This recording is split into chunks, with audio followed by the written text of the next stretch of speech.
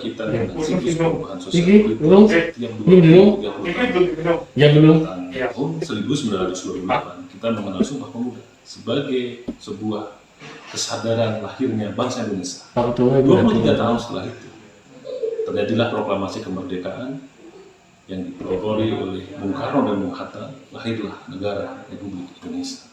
Terjadilah pemerintahan Bung Karno dan Bung Hatta kurang lebih sekitar 20 tahunan.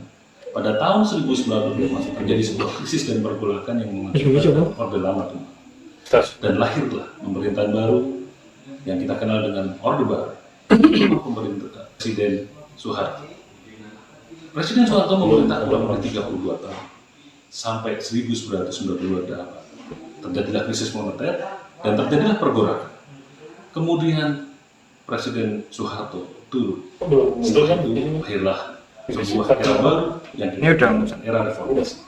Dan hingga saat ini kita merasakan dan kita semua hidup dalam suasana era reformasi, sebuah transisi demokrasi.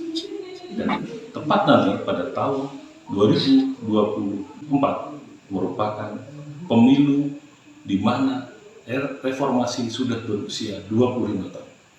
Akankah pada pemilu besok akan terjadi sebuah perubahan tentang postur politik di bangsa kita? Bagaimana generasi muda menjawab tantangan itu? Kita akan perbincangan itu pada Sabtu malam bersama pembicara-pembicara yang hebat tentang akankah 2024 menjadi panggung politik generasi muda, di mana era baru generasi muda saat ini didraft oleh dua hal. Yang pertama adalah anak-anak muda sekarang, dia adalah native demokrasi, dia tumbuh dan sadar dalam ruang kebebasan demokrasi. Dan yang kedua, anak-anak muda sekarang, dia adalah native pengetahuan dari teknologi, di mana kehidupan dia didrive oleh teknologi informasi. Saksikan di Stasiun Ngapak dalam sebuah tema kajian yang asik, perbincangan yang asik, berjudul 2024 akankah menjadi panggung politik generasi muda. Assalamualaikum warahmatullahi wabarakatuh. Selamat malam, salam sejahtera buat seluruh sahabat Stasiun Ngapak dimanapun berada. Malam hari ini kita akan berbincang asik bersama pembicara-pembicara yang asik dalam satu tema yang menarik untuk kita bicarakan karena memang tidak ada siklus perubahan dalam sejarah bangsa Indonesia. Setiap 20 tahun senantiasa terjadi siklus perubahan. 2008, 1908, 1928, 1945, 1965, 1998 sampai hari ini kurang lebih itu kita senantiasa melewati satu siklus perubahan setiap 20-30 tahun. Dan kalau kita lihat, kita zoom di dalam, sebenarnya di sana ada instrumen penting yaitu generasi muda. Makanya kemudian tema ini kita angkat tentang apakah 2024 itu menjadi akan menjadi panggung politik bagi generasi muda. Nah, malam hari ini kita sudah hadir pembicara yang asik untuk kita bersama-sama berbincang. Yang pertama adalah Mas Imam Arief, Ketua KPU Banyumas. Selamat malam Mas Imam. Selamat malam. Alhamdulillah. Assalamualaikum. Mas Imam. Kemudian ada Mas Galih, Presiden BEM Universitas Muhammadiyah Purwokerto periode 2018-2019. Siap Pak Irwan. Selamat malam Pak Irwan. Sehat. Alhamdulillah. Dan yang selanjutnya adalah Mas Sahar. Ini masih aktif sebagai Presiden BEM di Universitas Islam Negeri Saifuddin Jufri Purwokerto. Selamat malam Mas. Selamat malam. Alhamdulillah. Baik, kita akan membincangkan tentang tema ini. Saya pertama ingin berbicara mendengar pandangan dari Mas Imam terus. Karena beliau ini senior saya. Tadi paling tua loh ya. Dan juga beliau adalah eksponen 98 yang aktif dalam menggerakkan reformasi waktu itu, dan beliau juga mengamati, terlibat aktif sebagai aktivis, dan sekarang menjabat sebagai komisioner KPU di Banyumas. Tentu selain mengamati, merasakan, juga terlibat aktif, dan sekarang dalam tanda kutip memandu sebuah pentas politik khususnya di Kabupaten Banyumas. saya ingin mendengar pandangan dari Mas Imam itu tentang bagaimana perjalanan reformasi ini dan keterlibatan generasi muda, khususnya dalam pentas politik selama proses reformasi. Karena harusnya 2024 ini merupakan peak dari sebuah proses evaluasi panjang perjalanan reformasi. Mas Imam. Oke, terima kasih sahabat Stasiun Ngapa dimanapun berada. Matur nuwun Mas Irfan, selamat malam Mas Gali, Mas Sahal. Memperbincangkan tentang anak muda, memang betul setiap patahan sejarah Indonesia pasti di dalamnya anak muda sebagai pelopor. Sebagaimana disebutkan 28, 45, termasuk 65, setelah itu 78 sebenarnya Malari juga anak-anak muda, penolakan kapitalisme itu kan 78 tuh. Setelah itu termasuk SDSB juga sebenarnya anak muda. Kalau bicara tentang gerakan Islam ada penolakan SDSB. 92, 98 baru reformasi. Dan momentum sekarang memang kalau hari ini kalau saya pribadi menyaksikan anak muda sekarang terutama aktivis mungkin ada kebingungan, kegamangan untuk jati diri. Kalau bahasanya Mas El tadi aktivis produk COVID apa ya? COVID. Yang jelas kawan-kawan sekalian, 98 anak muda butuh heroik lah. Kalau tadi 28 terlalu jauh, butuh heroik dengan reformasi yang diperjuangkan. Di sana dan anti KKN kan itu, lalu hapus distribusi ABRI, termasuk demokratisasi dan seterusnya. Yang menjadi masalah kalau saya termasuk orang yang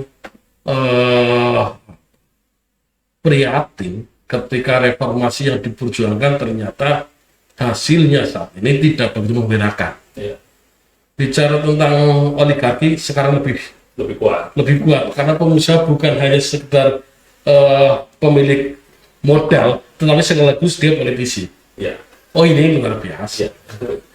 Dan di sisi lain aktivis itu anak-anak orang-orang aktivis yang ketika 98 juga ada kegamangan, dia tidak ngambil peran kekuasaan, sehingga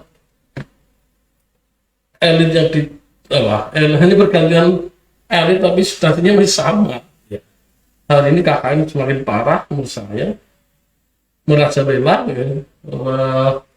dan oligarki begitu menggurita, belum lagi tentang ancaman demokratisasi lainnya.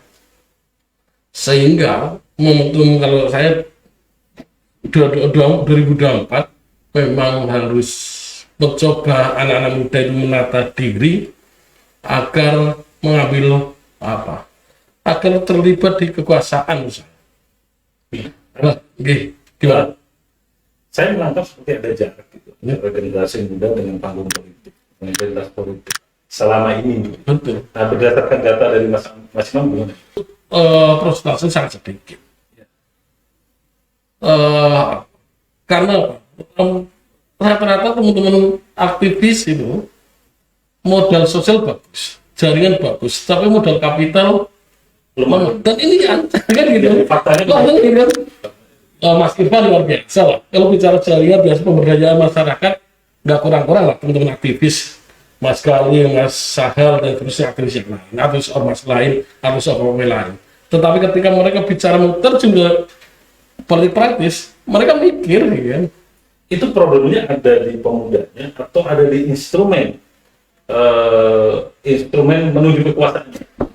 Katakanlah partai politik sebenarnya, tapi kadang-kadang partai politik juga nggak terbuka dengan generasi muda. Begini, kalau partai politik secara objektif yang membuka dan mengajak kader-kader terbaik sebenarnya.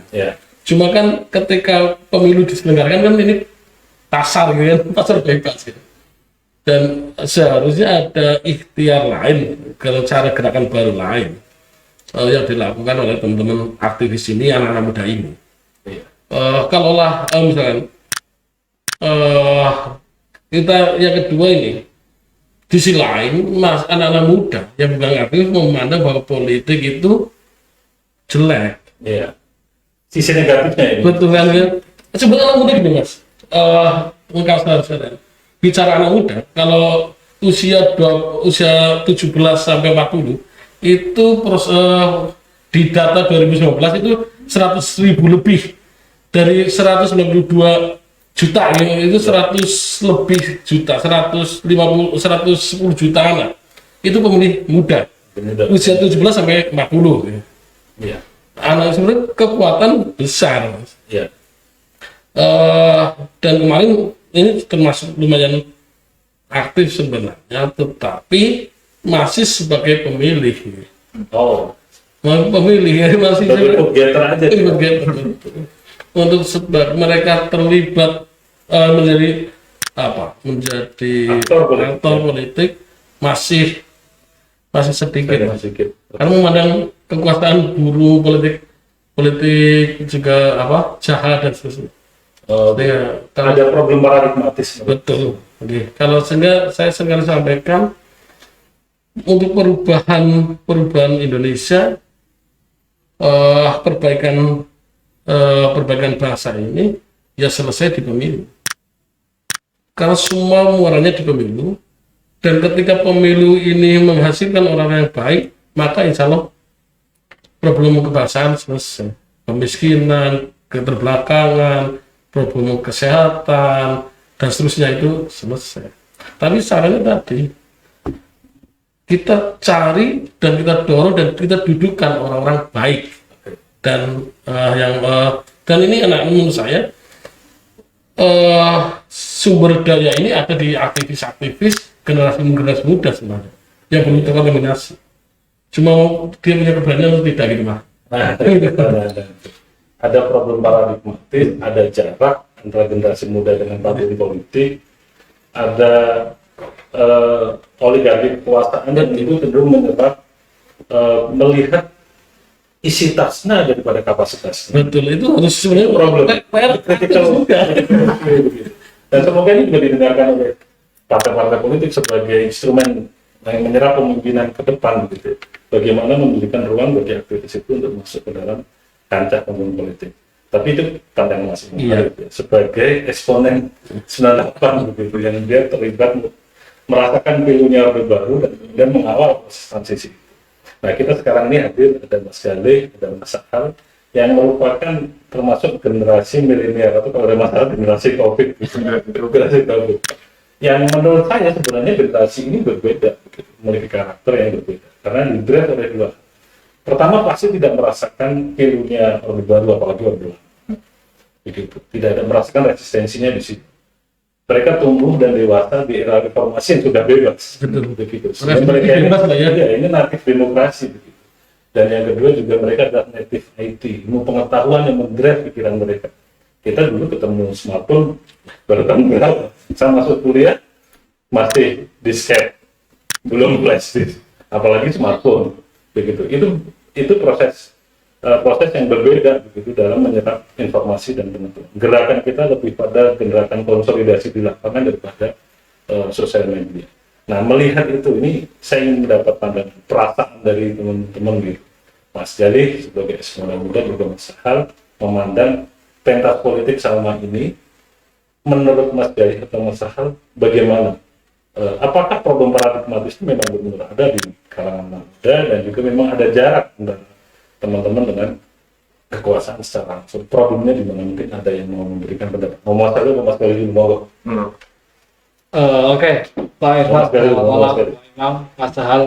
Mungkin ini saya kan pasca kampus ya. Kebetulan tahun ini adalah tahun kedua saya pasca kampus. Setelah ini Mas Sahal kayaknya cocok banget jadi untuk era sekarang, 2 tahun sebelumnya, dan ini melampaui 98 gitu kan.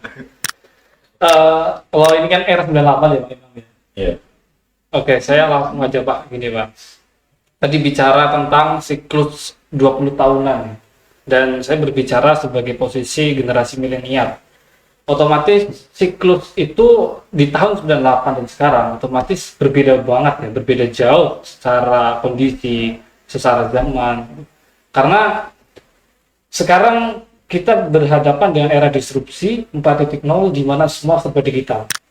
Nah, tadi sudah sempat disinggung oleh Pak Irfan, dan saya kebetulan juga kalau sekarang lebih fokus di aktivis digitalnya gitu kan.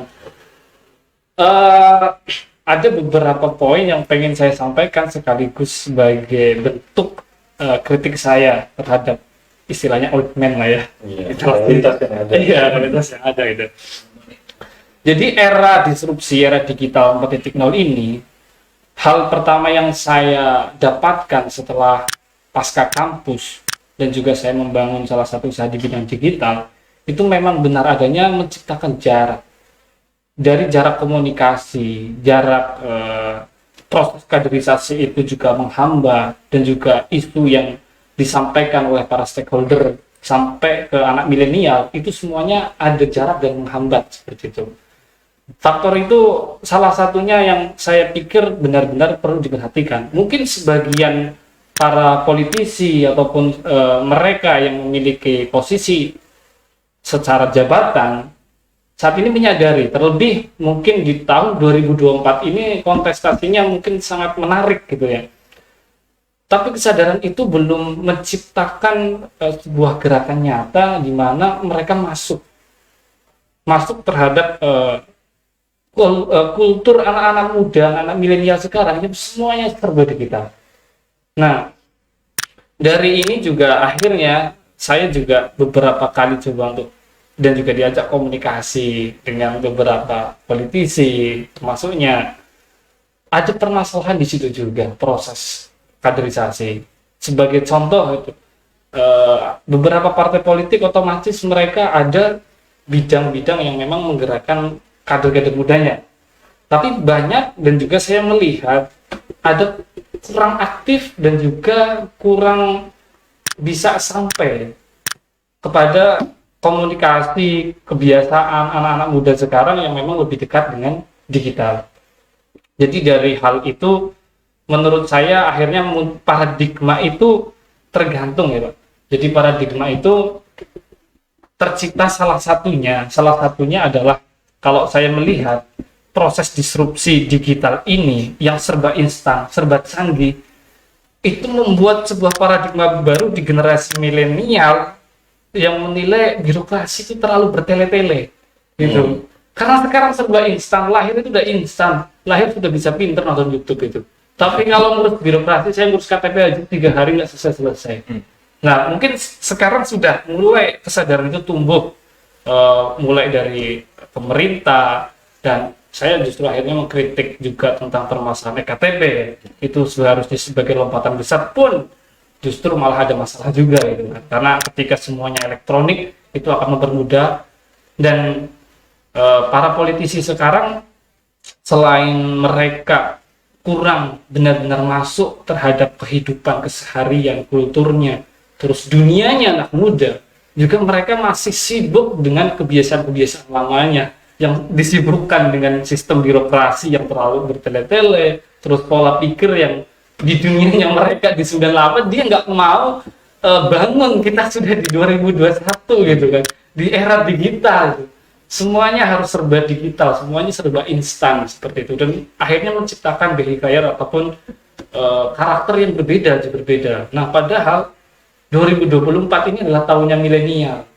Ini kan problem bersama sebenarnya kalau kita melihat, mestinya ini menjadi perhatian para old man ya. Saya menggunakan istilah old man ataupun generasi lama dengan new man ataupun milenial gitu kan.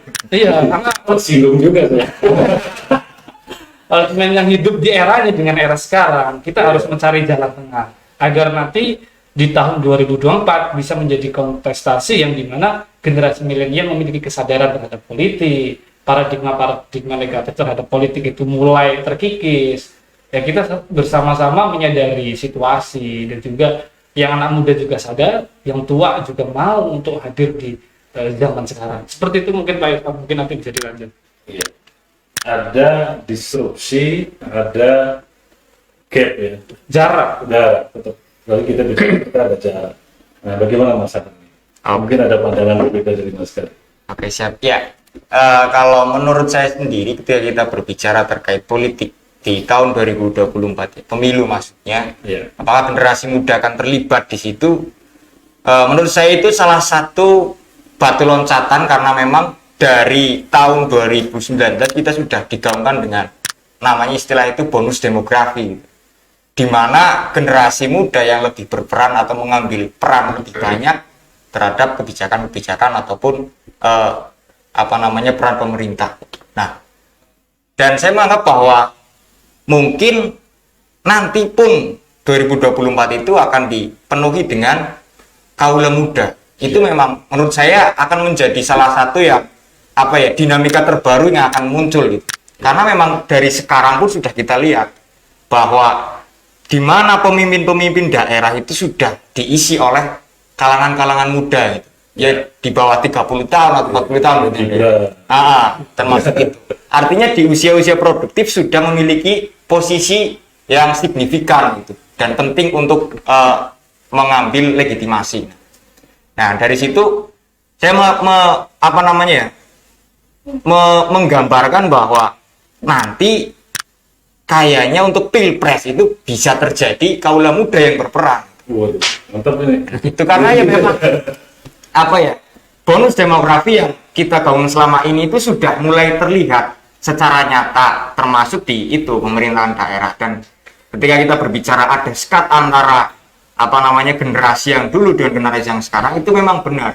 Secara politis kita merasakan pergerakan, termasuk saya selama menjadi mahasiswa itu selalu ada yang namanya jarak ini kamu belum saatnya. Nah, ini belum saatnya. Sedangkan di zaman sekarang bahasa outman. Belum saatnya. Kalau di pesantren itu namanya lituli zamani. Namanya dewek gitu. Tapi menurut saya untuk saat ini di zaman sekarang mungkin sudah tidak ada hal-hal yang seperti itu. Karena tingkat kedewasaan seseorang di zaman sekarang itu tidak bisa dilihat dari usianya. Bahkan yang SMA pun sudah bisa berpikir jauh daripada yang di kuliahan gitu kan.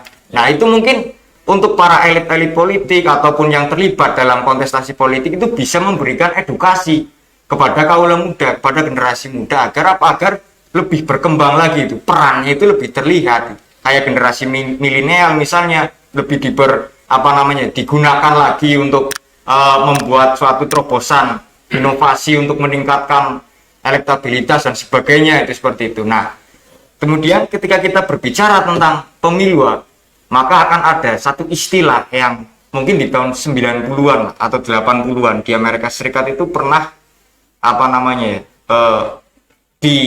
pernah muncul, dia namanya politik gentong babi. Nah, itu dia yang kulit hitam gitu ya, yang memberikan daging babi kepada kamu kulit hitam kemudian dibagi secara merata. Nah, saya melihat gambaran itu diterapkan di Indonesia. Contohnya mengambil subsidi dari pemerintah yang kemudian digunakan untuk politik secara pribadi. Nah, contohnya saya misalnya menjabat sebagai ketua A gitu. Saya mendapatkan anggaran ini untuk bansos misalnya. Di situ saya share foto, share pamflet atas nama saya sendiri. Padahal itu dari pemerintah. Nah, itu mulai muncul di situ sehingga kita akan kembali lagi ke demokrasinya gitu.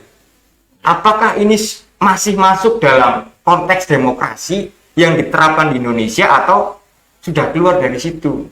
Nah, sehingga nanti akan muncullah bibit-bibit baru karena melihat yang senior seperti itu, maka junior akan tertanam mindset bahwa nanti saya harus seperti itu. Itu yang perlu kita evaluasi bersama, bahwa ketika kita ingin menggunakan generasi muda, maka kita harus terapkan konsep dan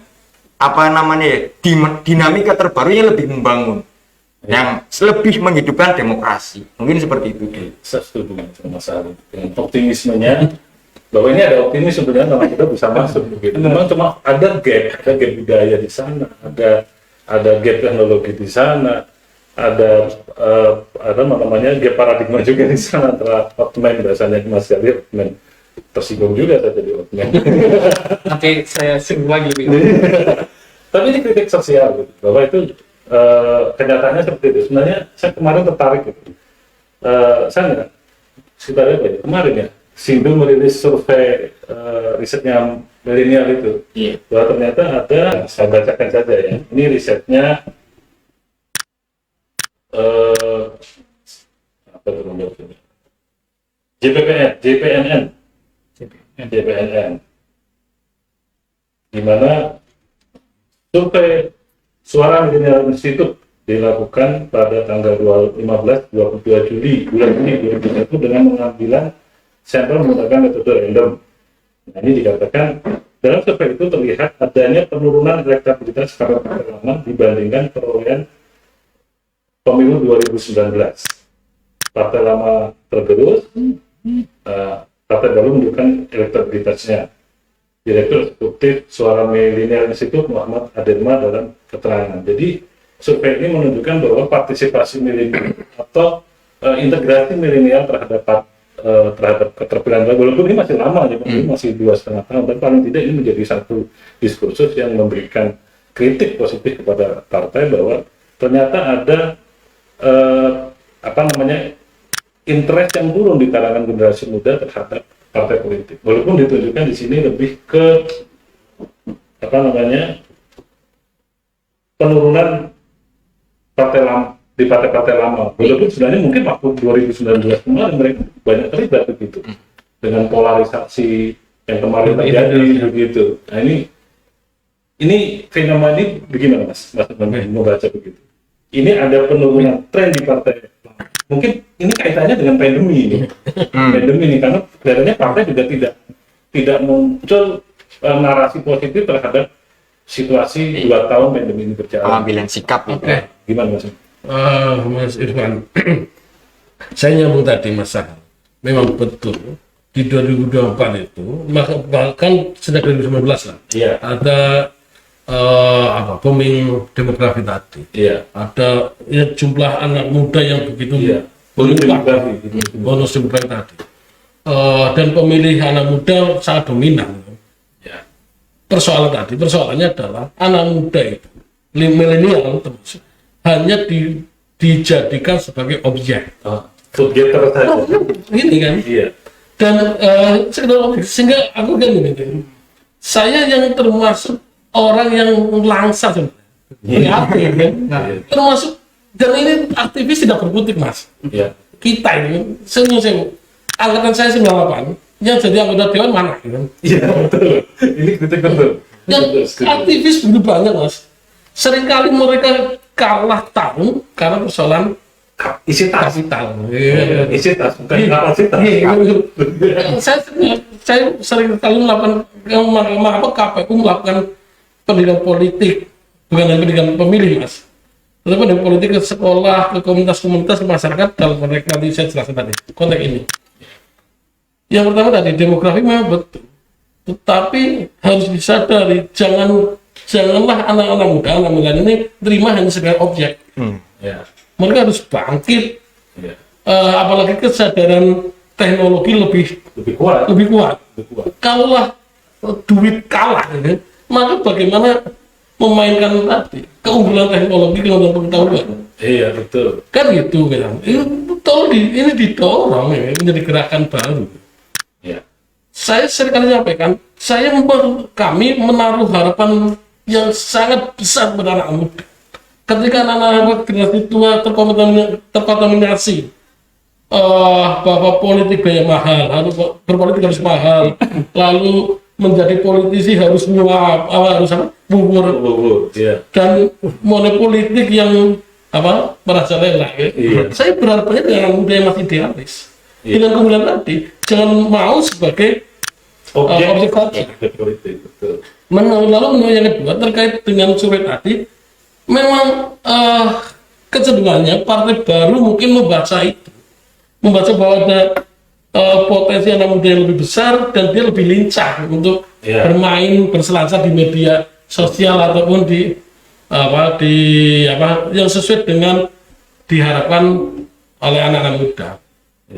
Sehingga ke depan siapa yang bisa mengelola, bisa menarik simpati anak muda, ini yang menjadi pemenang lah di perhelatan 2024. Iya. Dan tadi bagaimana sebagaimana sekali sampaikan, bagaimana bisa mengikuti ritme anak muda, memahami keinginan anak muda. Kata kuncinya sebenarnya bukan atau memahami keinginannya. Iya. Anak muda sebenarnya sih pengen apa sih? Iya. Kan itu tinggal itu. Dengan menyesuaikan dengan gaya anak muda. Iya. Tidak harus anak muda. Walaupun orang tua ketika dia memahami anak muda kan, anak muda ini menjadi sifat. Iya. Kata kuncinya yang kami sampaikan, yuklah kita cobalah dorong gerakan baru bahwa kami KPU menaruh harapan banyak pada anak muda yang masih idealis ini, yang belum terkontaminasi, agar politik biaya mahal itu bisa dieliminir, kan? Memang ada sisi tragis kan. Kalau kita lihat 20 tahun reformasi itu, politik itu menurut saya ada dua sisi. Betul. Ada sisi idealisme, ada sisi pragmatisme. Tapi pragmatisme sebenarnya itu kan rutinitas 5 tahunan sebenarnya. Dan ini sisi kasar gitu. Orang kalau dulu pernah ngobrol dengan salah satu senior politisi di Banyumas itu bilang, politik itu butuh 3B gitu. Bondo, bolo, bandit gitu. Ini kan sisi kasar, value-nya hilang. Bahwa di sini ada idealisme, tidak ada apa. Apakah semua orang itu senantiasa diselesaikan dengan pragmatisme dan materialisme? Begitu. Apakah anak muda sekarang seperti ini? Pertanyaan mendasar begitu. Padahal semuanya ada di informasi itu ada di tangan. Nah kalau kemudian anak muda itu betul penyadaran secara kritis terhadap realitas politik yang ada, ya kita akan mengalami sisi kelam politik itu dalam tempo yang mungkin panjang dan tidak ada solusi. Begitu Mas Galdi. Nah, Karena ini kritik ini juga kan anak muda. masuk banyak ini. Dan tetapi belum punya kesempatan ngumpulin kapital kan sebenarnya. Karena Mas Galdi misalkan, kalau kita saja udah tua belum cukup kapital. Kalau tidak ada gerakan baru mungkin kesadaran baru kan, kesadaran baru bagaimana yang pertama bahwa politik ini baik, prosesnya harus baik dan hasilnya harus baik menurut saya. Ya, oke. Menempatkan orang-orang yang baik. Orang yang baik. Sehingga kalau kalah secara kapital, maka keunggulan tadi, keunggulan teknologi, keunggulan pengetahuan itu kan bisa untuk melawan kekurangan itu. Ya, itu mungkin Mas Kali itu. Monggo Mas, mungkin Mas Heldu, Monggo. saya ingin sedikit menanggapi dan juga sebenarnya lebih melanjutkan ya, karena saya di sini tuh sebenarnya sekalian pengen meluapkan gitu kan, karena susah mencari orang yang mau mendengarkan. Saya tuh memposisikan diri benar-benar dari dulu itu adalah generasi milenial, dan kebetulan juga secara kuliah semuanya adalah di bidang digital seperti itu. Saya tadi mungkin Pak Irfan sedikit tersinggung masa old man dan young man, dan Mas Hal tadi menyampaikan keyakinannya dan harapannya agar akan ada generasi muda yang di tahun 2024 itu adalah mereka punya potensi dan mau untuk maju seperti itu. Tapi buat saya sebenarnya ini juga bukan masalah usia muda atau tua, tapi adalah instrumen berpikirnya. Old man sama new man itu kita istilahkan sebagai struktur kerangka berpikir seperti itu. Nah, tidak mesti anak muda yang sekarang duduk apalagi tadi sebagai objek itu paham terhadap instrumen berpikir new man seperti itu. Karena new man itu benar-benar dihadapkan dengan teknologi yang begitu instan. Mau tidak mau kita harus terbawa ke dunia itu, seperti itu. Nah, melanjutkan itu jadi salah satunya adalah proses birokrasi dan juga suara aspirasi itu sulit untuk diterima karena faktor yang menurut saya adalah instrumen berpikirnya. Jadi suara-suara milenial ini, salah satunya generasi milenial era digital ini, itu tidak sampai kepada orang-orang yang memiliki jabatan saat ini itu karena faktor instrumen berpikirnya, bukan lagi faktor yang menyebabkan. Misal nih kalau 98 itu mahasiswa itu turun jalan dengan demonstrasi. Saya sangat merasakan betul di tahun 2016 di generasi milenial sudah ramai Twitter. Saya yakin Jokowi waktu itu secara pribadi mungkin belum bisa mengoperasikan seperti itu salah satu contohnya. Karena banyak pejabat yang belum mampu untuk hadir dan juga terlibat secara langsung untuk mengikuti perkembangan zaman tersebut.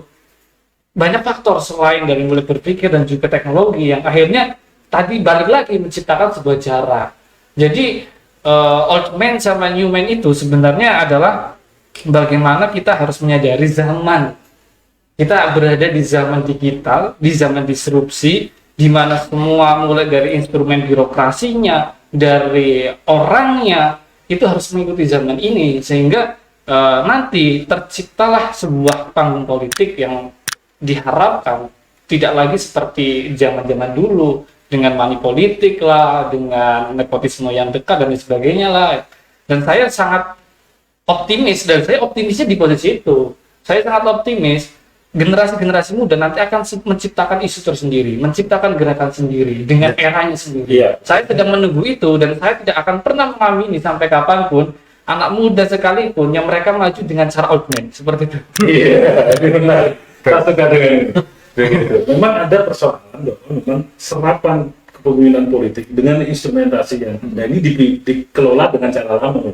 Ada gap di sana. Sedangkan harus yang sekarang ini harus yang dia sebenarnya mengharapkan ada pola baru. Ini kritik ini buat teman-teman pegiat parpol begitu. Dan ini bisa jadi Mas Galih, Mas Al ini hanya mengungkapkan perasaan, mewakili teman-teman milenial begitu. Tapi kalau tidak segera beradaptasi, ini pertanyaan. Begitu, dia yang beradaptasi, dia yang akan suruh begitu. Bagaimana Mas? Ya, menurut saya sendiri sih melanjutkan dari Mas Galih ya, itu memang benar sekali. Terkait tentang kontestasi politik itu malah kita masih menggunakan cara lama di zaman yang baru kayak gitu. Nah itu sangat nyata sekali, kayak nepotisme kan menurut saya sendiri itu tidak akan pernah mati sampai kapanpun. Nepotisme itu tidak akan pernah mati, hanya bisa dikurangi atau tidak gitu loh. Dikelola. Nah, dikelola dan dikonsep dengan yang benar gitu. Itu seperti itu. Nah, itulah yang tadi itu Pak, menurunnya partisipan dari partai yang lama dan lebih meningkatnya partai yang baru gitu ya. Nah, itu loh. Karena apa? Sistem yang selalu dibuat itu adalah sistem lama. Terus dikembangkan, dan pengembangannya itu hanya dalam tahap kayak masih ada yang kalau Jawa itu ganduli gitu lah. Dari zaman yang dulu gitu loh. Maksudnya konsepnya dari lama, hanya realisasinya yang diperbarui. Nah itu kan tidak ada perubahan sama sekali, sehingga partai-partai baru membaca peluang itu. Ada oligarki yang mengelola sistem. Nah, dan oligarki itu sekarang tahu tentang teknologi Mas. Iya. Soalnya gini, saya pikir kalau tidak ada kesadaran anak-anak muda, maka hanya sekedar objek yang dimainkan oligarki. Ya. Tapi oligarki mainnya bukan orangnya ya. Iya. Bukan orangnya menjadi masih. Maka saya sampaikan mengapa harus anak muda, bukan kalau saya titik bukan anak muda yang memimpin perubahan ini, karena anak muda ini saya Husnudon masih pure, masih idealis kan? Ada di ruang positif. Saya berharap ini bisa melawan oligarki dengan walaupun mereka punya modal yang besar memobilisasi buzzer. Ketika anak muda masih idealis melakukan gerakan alternatif, mengapa kita coba untuk melakukan perubahan seperti itu? Selama tidak ada gerakan kesadaran bahwa kesadaran bersama untuk anak-anak muda untuk merubah Indonesia, merubah Banyumas, Jawa Tengah, dengan gerakan tadi bahwa politik harus biaya murah, harus mendudukan orang baik, maka lagi-lagi siapapun yang duduk pemenangnya adalah oligarki. Kakek pola awal.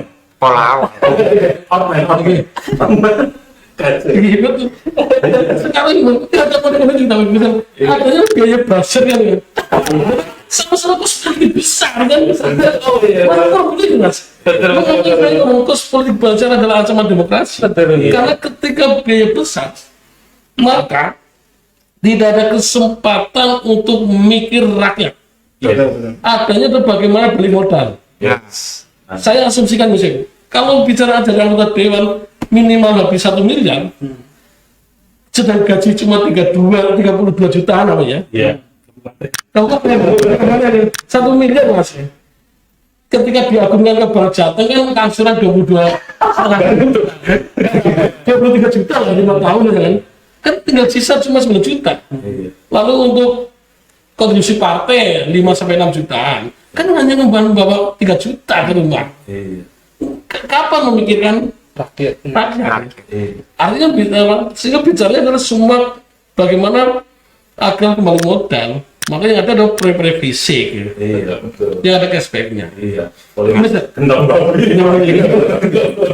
Ataupun lewat bansos yang dimanipulatif dikoruptif dengan korupsi. Artinya gini, barang-barang inilah barang ketika tidak ada kesadaran yang mudah untuk merubah barang-barang terjun politik misalkan, terlibat aktif loh ya, terlibat politik, maka selamanya kondisi masuk seperti ini kalau saya. Iya, setuju deh. Dari awal tadi saya berbicara, sebenarnya saya juga ingin menyampaikan ya, kesadaran bonus demografi, terus kesadaran era disrupsi, kesadaran digital, sadar, mereka itu sadar dan tahu gitu kan. Sayangnya Dan mereka pengen terlibat gak sih? memanfaatkan pengen. Kesempatannya ya. Iya, cuma kan orang susah pak. Karena menurut saya sih kalangan muda sekarang itu lebih ke diplomatis itu. Iya. Jadi harus dianggap dulu, terus diberikan peran. Nah, setelah itu baru berinovasi untuk membuat peran sendiri. Mungkin seperti itu. Betul. Melanjutkan yang tadi, jadi justru kesadaran dari para politis yang sekarang memiliki jabatan justru malah ini menjadi kesempatan juga untuk mengoligarkikan lagi. Justru modalnya semakin besar gitu.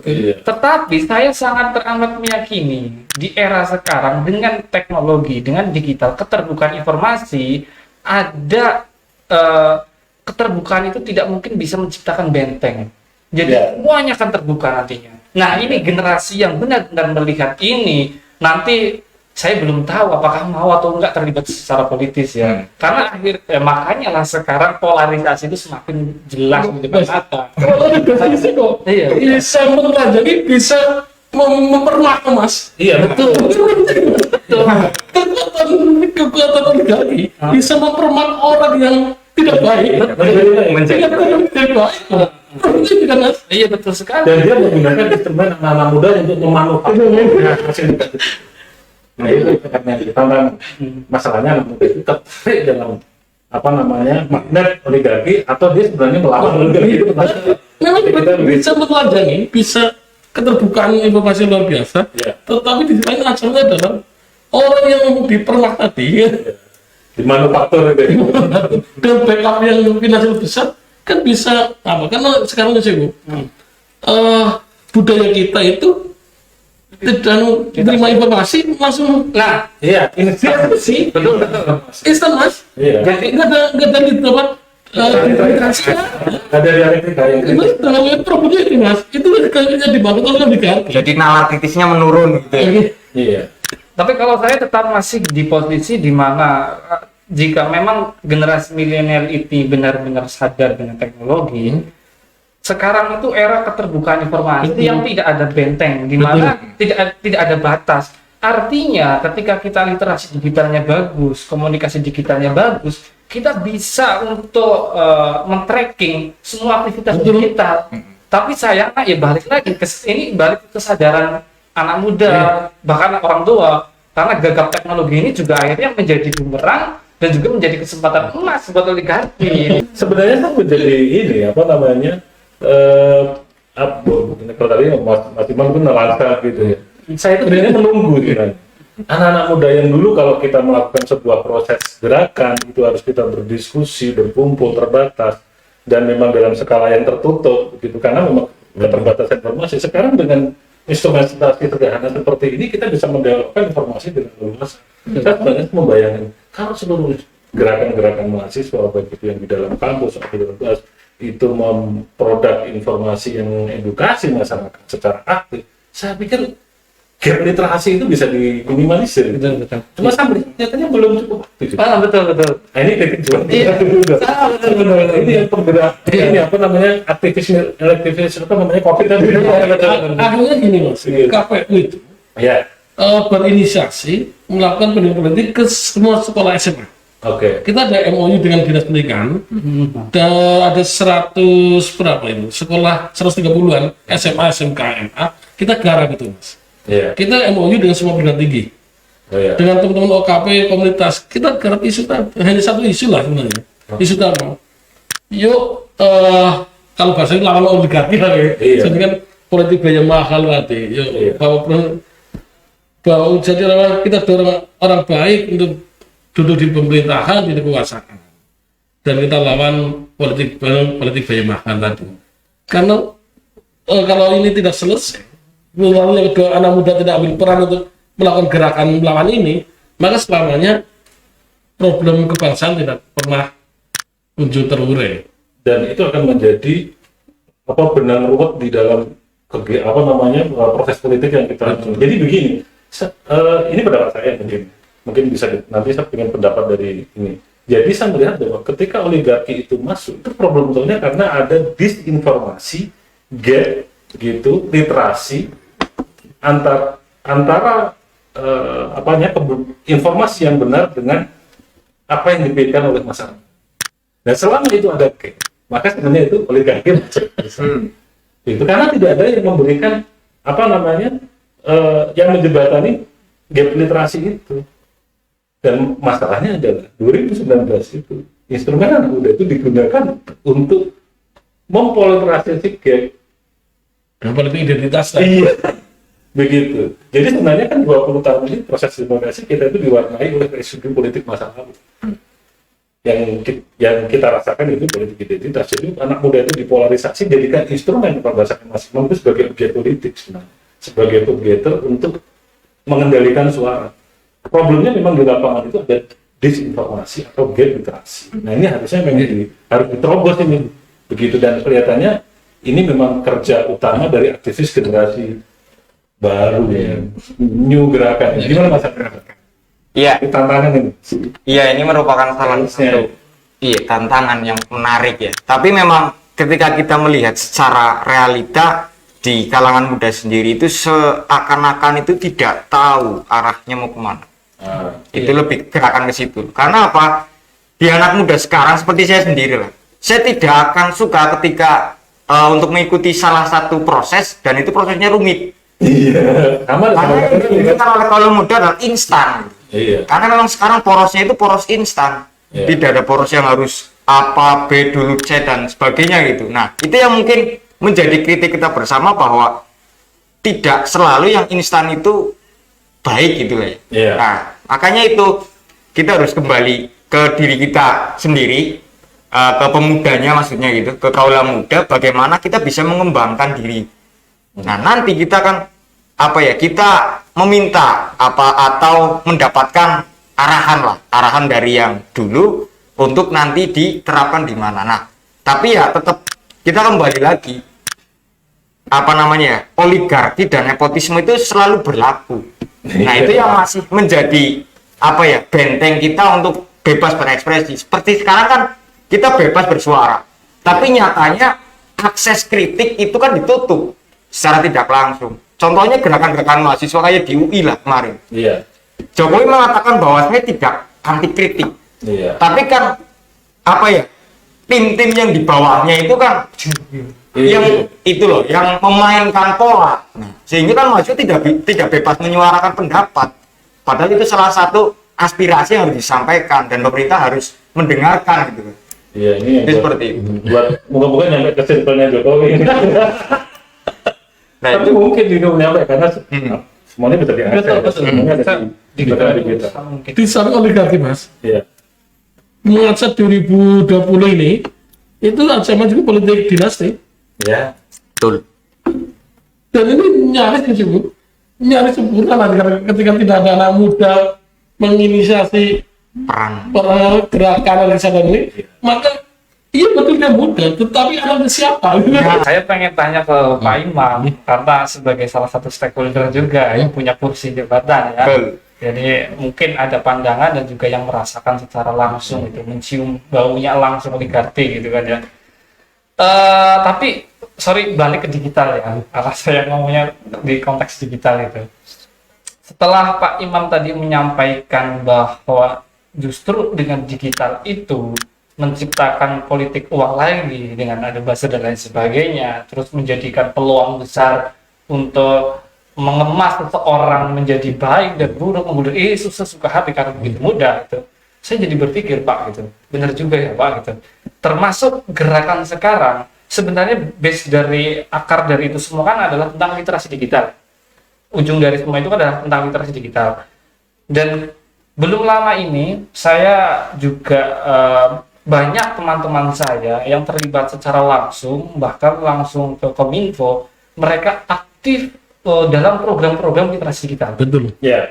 Tetapi program literasi digital itu adalah program yang dari mereka yang memangku jabatan, akhirnya di-set bagaimana agar literasi yang diciptakan itu adalah literasi yang sesuai dengan opini yang mereka inginkan. Betul. Dari situ akhirnya saya tadi berpikir, Pak. Jadi kalau saya mungkin masih aktivis ya, cuma kurang aktif gitu, aktivisnya kurang aktif, maksudnya nggak aktif di mahasiswa. Ini menjadi PR dan juga menjadi pertanyaan. Bagaimana kira-kira peran anak muda, walaupun secara tidak langsung sebenarnya generasi muda juga sudah bergerak. Secara tidak langsung kita itu banyak yang bergerak melalui beberapa jejaring media sosial untuk mengedukasi literasi yang sifatnya adalah general, umum, benar-benar murni ya, karena kesadaran, bukan karena untuk menggiring opini dan kepentingan seperti itu. Tapi benar ada, dan saya sangat merasakan betul, karena beberapa saya mengelola juga itu, kita kalau sudah dihantam ataupun termasuk program besar ini, habis kita gitu kan. Nah, ketika ruang-ruang ini terus ditutup, ini semakin mempersempit dan memperkecil ruang kita, Pak. Gitu. Ini mohon mudah-mudahan sampai dan didengar ya, Pak. Jadi keterlibatan anak muda dalam proses literasi digital itu adalah proses edukasi dan juga keterlibatan secara nyata dan langsung, bukan dengan embel-embel karena untuk menggiring opini, isu dan kepentingan pemangku jabatan. Iya.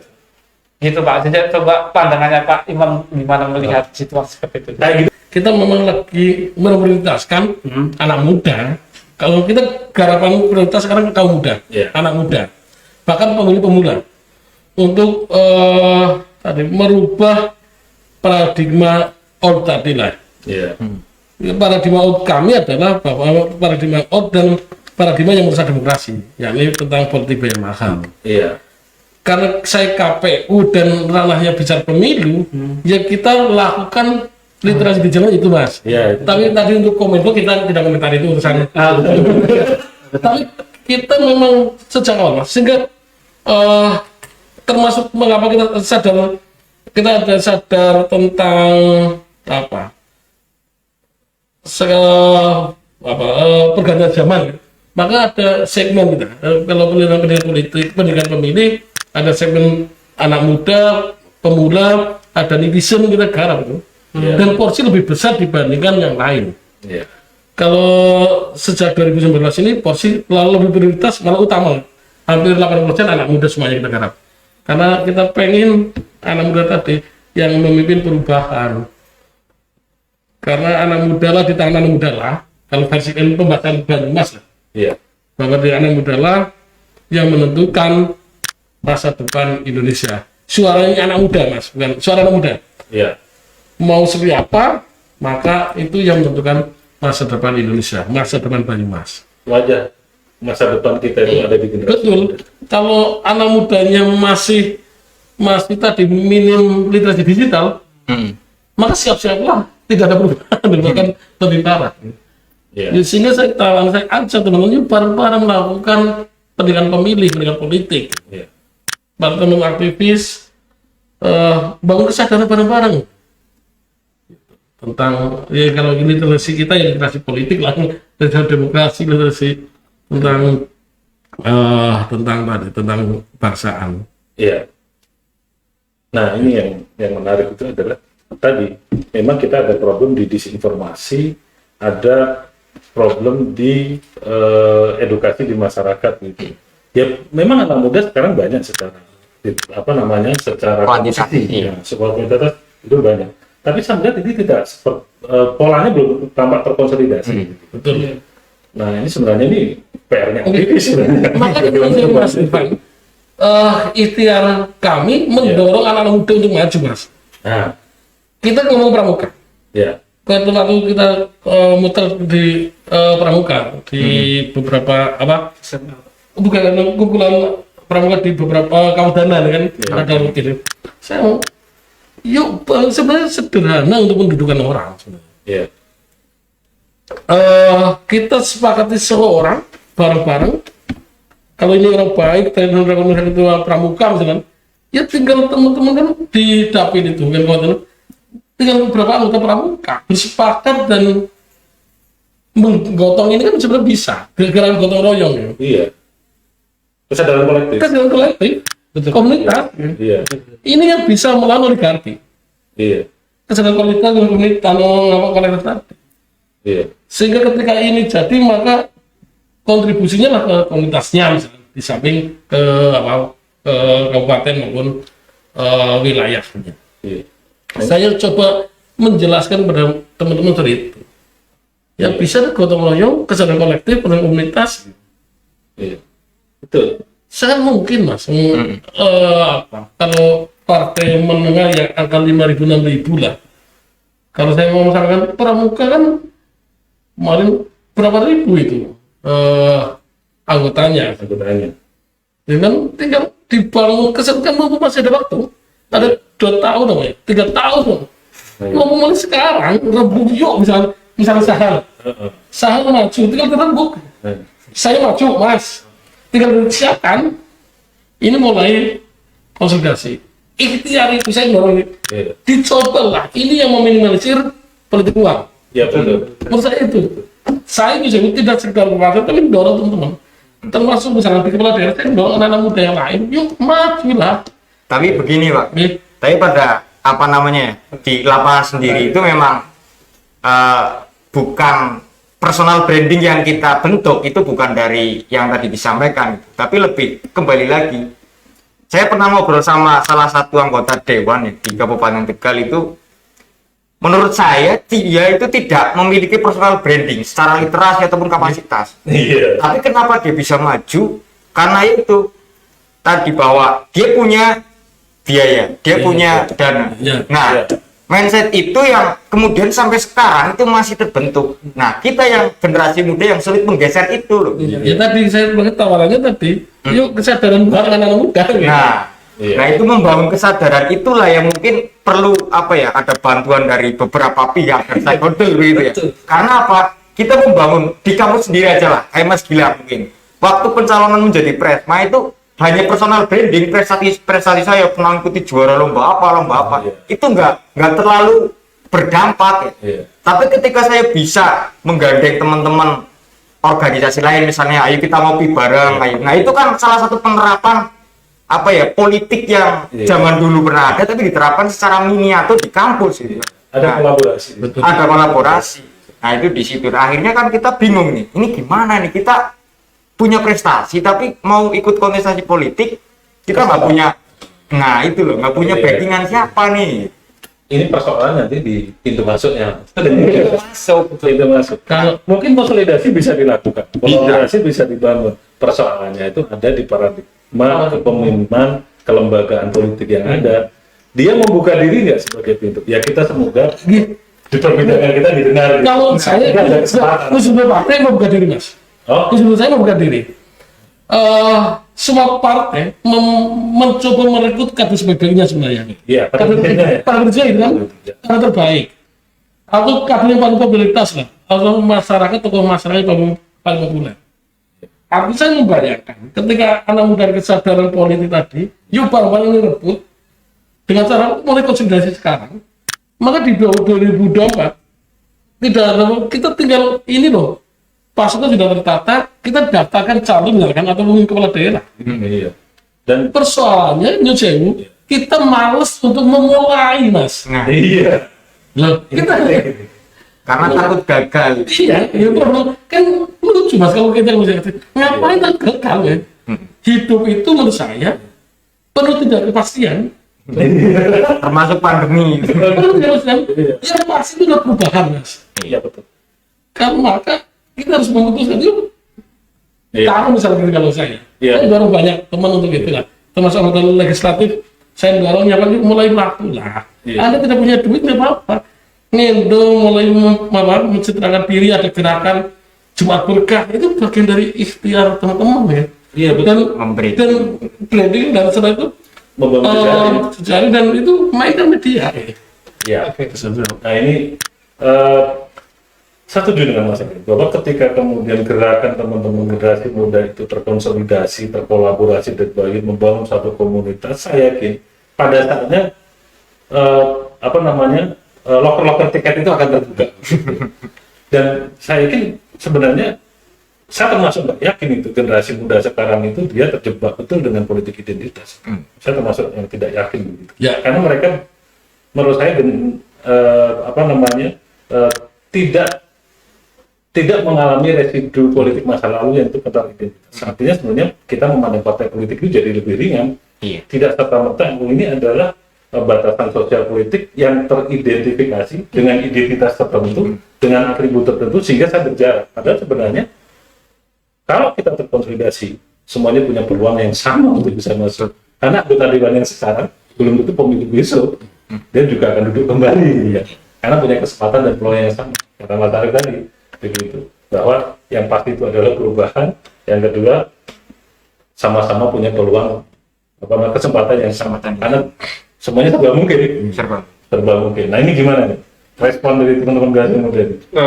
Aku sedikit menangkap dari obrolan malam hari ini. Jadi ada beberapa poin-poin yang bisa disambungkan dan juga mungkin sebagai harapan ke depan ya.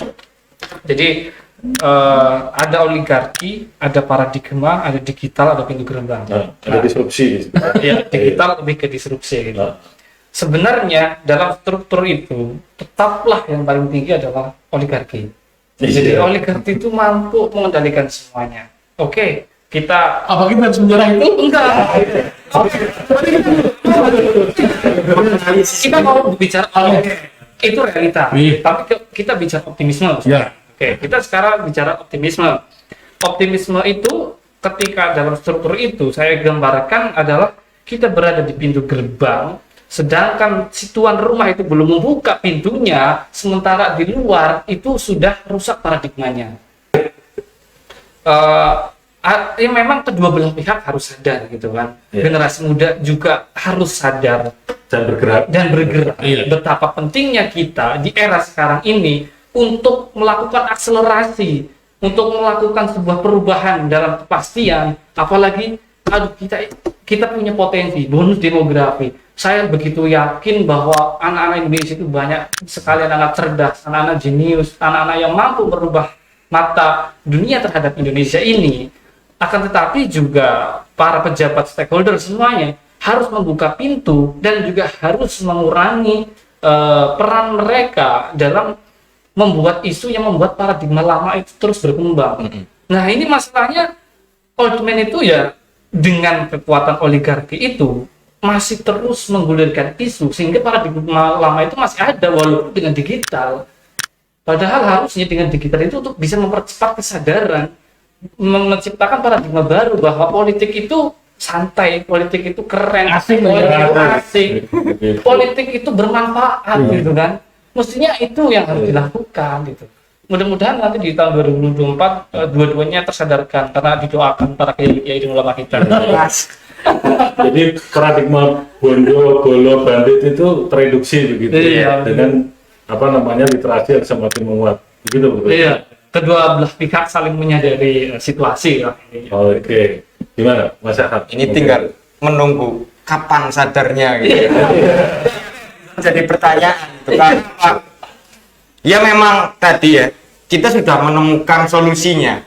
Tinggal bagaimana gerakan yang akan kita lakukan. Iya. Kemudian kita akan berbicara kembali terkait bagaimana kondisi lapangan.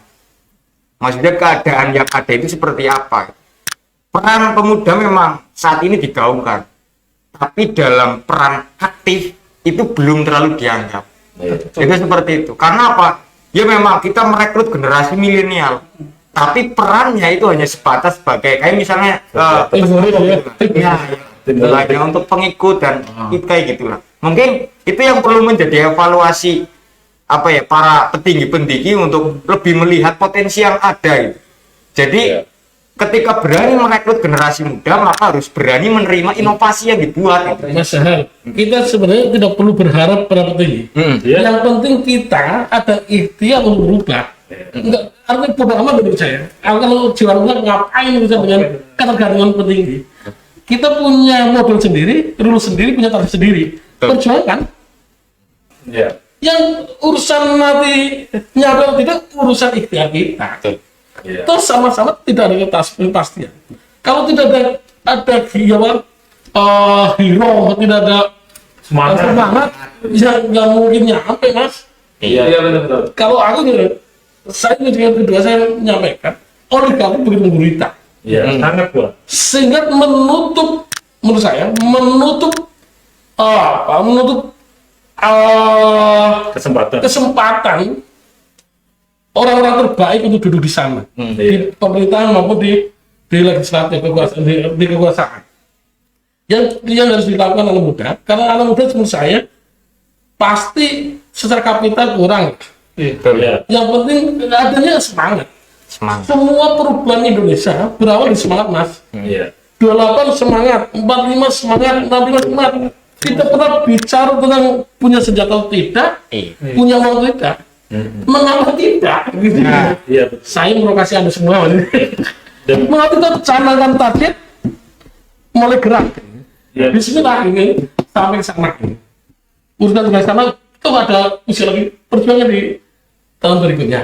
Dan sebenarnya di akhir-akhir fenomena politik 2019 itu kan sebenarnya tidak semua tokoh dalam pilkada itu mereka terrepresentasi partai tertentu. Misalkan DKI Jakarta, Pak Anies, dia tidak punya latar politik tertentu, tapi dia membangun gerakan membangun gerakan enggak, tadi dia politik. Cuma dia maksudnya tidak mereka Secara gerakannya itu. dia membangun gerakan.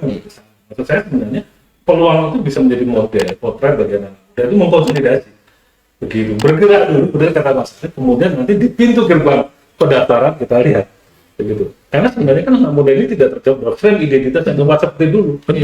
Kalau orang dulu dengan atribut A maka dia akan menggunakan jalur A, sebut B menggunakan jalur B. Begitu. Tapi dengan disruption saat ini ya karena dengan instan itu menjadi tidak penting. Betul, ideologinya kan kekuatan itu salah itu sekarang kok. Nah, ideologinya masa kita juga akan menggunakan politik identitas seperti dulu? Ini persoalan begitu. Kita akan mengulang tempo kampret lagi. Enggak lah. Itu harus kita lewati kan, karena itu jebakan sebenarnya, jebakan kita dalam demokrasi. Baik, ini sudah perbincangan sudah sampai sekitar berapa nih? Sudah hampir 1 jam ya. Kita cukup menarik. Kita di ujung nih. Kita di ujung ini mungkin saya butuh closing statement dari pembicara-pembicara, karena juga tidak ada pertanyaan. Biasanya ada pertanyaan. Ini bukan tidak ada pertanyaan, kita closing pembicaraan kita tentang 2024 ini. Ini masih lama waktunya dan kita mengetahui ada krisis di sana, ada oligarki di sana, ada gap literasi di sana, ada disruption di sana, ada politik dinasti, ya politik di sana, ada kesempatan sebenarnya begitu, ada optimisme sebenarnya begitu. Tinggal momentum itu sampai tidak pada kita. Tapi kalau kita tidak mengkonsumsi, bisa jadi memang itu tidak akan menjadi peluang generasi muda itu masuk dalam lintas politik. Closing statement dari Mas Imam, Mas Sahal, Mas Gali. Kita mulai dari yang dulu tadi, Mas Imam mulai dari awal ya. Kemudian siapa dulu yang mau? Mas Sahal. Mas Sahal. Ya, kalau menurut saya politik itu adalah suatu strategi untuk membangun personal branding dan menciptakan sesuatu terbaru, hal baru yang perlu kita koreksi bersama, kemudian kita kembali ke situ. Dan tidak selamanya politik itu seperti yang kita ketahui, yaitu permainan uang dan permainan pengaruh. Tapi politik itu bagaimana kita memanajemen diri kita sendiri. Jadi pesan saya untuk diri saya sendiri sebagai kaula muda dan untuk generasi-generasi muda yang lainnya yang disampaikan oleh Pak Irfan, Mas Imam. Mas Imam ya, mohon maaf. Nah itu bahwa jangan takut mencoba dan jangan takut gagal. Iya. Karena saya pernah mencoba dan gagal, kemudian saya mencoba lagi dan sekarang akhirnya jadi gitu kan. Artinya jangan takut dengan resiko yang ada itu. Tapi bagaimana kita menjalani proses itu sampai ke hal yang kita inginkan. Itu begitu. Terima kasih. Ikhtiar begitu sampai puncak dari kekuatan kita. Mas Galih. Oke, closing statement dari saya, siklus 20 tahunan, terutama era sekarang, era digital, era 4.0, era disrupsi ini, sebenarnya menciptakan wajah baru. Begitu mudahnya informasi diakses, sementara panggung politik itu semakin mudah kita untuk bisa mencapainya. Artinya potensi itu terbuka lebih luas dan terbuka lebih lebar untuk menciptakan isu, untuk menciptakan personal branding dan lain sebagainya.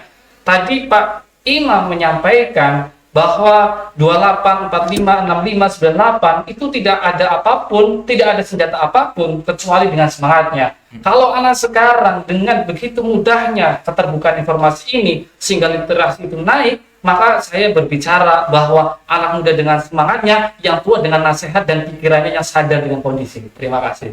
Iya. Dia menuntut kesadaran dari generasi lama. Karena yang muda saja dengan semangat tidak cukup. Kata yang muda dengan semangatnya, tua dengan nasihatnya. Yang nasihatnya juga harus sadar, gitu kan. Iya. Nah, gitu. Kritik buat instrumen lembaga politik ini. Mas Imam, Oke. Saya berharap banyak sekali lagi. Saya menaruh harapan besar pada anak muda Ya. untuk melakukan perubahan dan perbaikan bangsa ini. Caranya tadi saya sampaikan, yuk lawan politik biaya mahal, yuk ciptakan politik biaya murah, yuk dudukan orang baik. Caranya untuk orang baik tidak karena orang baik ini misalnya anak muda ini nggak ada modal ya bukan dari sekedar mendudukan. Kita cari, kita biayai, kita dudukan dan kita kawal. iya. Betul. Urusan modal ya bisa gotong royong. Iya. Gitu. Yang penting ada semangat, ada tekad, berjuanglah. Iya. Mulailah untuk bergerak. Masih ada 3 tahun Ya, setuju. dan bisa. Yo 3 tahun ketika nyusun menurut saya. Anak muda punya semangat, seharusnya menurut saya. Anak muda punya semangat, punya tenaga power yang luar biasa untuk begadang sampai pagi, itu kan bisa. Iya. Dan tidak join di stasiun Nasdaq, like, share, komen di media sosial kami, kasih saran dan masukan buat tema-tema yang menarik. Kita akan ketemu dengan perbincangan yang asik di lain kesempatan. Sekian dari perbincangan kita malam hari, semoga memberikan manfaat buat kita semua, bisa didengarkan oleh seluruh kalangan. Kritik-kritik dan masukannya semoga menjadikan Indonesia lebih baik. Salam Indonesia, Assalamualaikum warahmatullahi wabarakatuh.